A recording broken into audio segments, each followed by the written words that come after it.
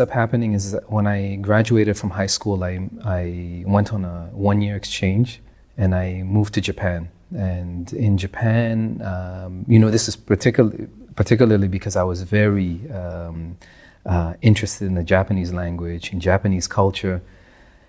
But it was also the first time I was outside of my element. I was away from friends. By the way, people could mistake you for a Japanese.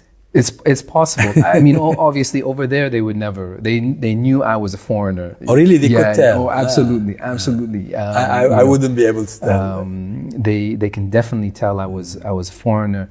However, when I was there, I was away from family and I was away from friends.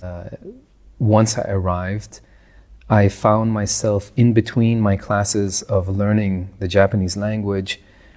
I would go, it is a very difficult language, but I would go to the library and I started practicing my Japanese, and it happened to be, I would always sit in one section where there were books on religion, and I would pick up books about Islam.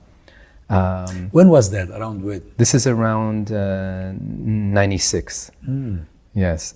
So I started, I guess you could say this was my first exposure sort of to the, Islam as a religion, the tenets of Islam.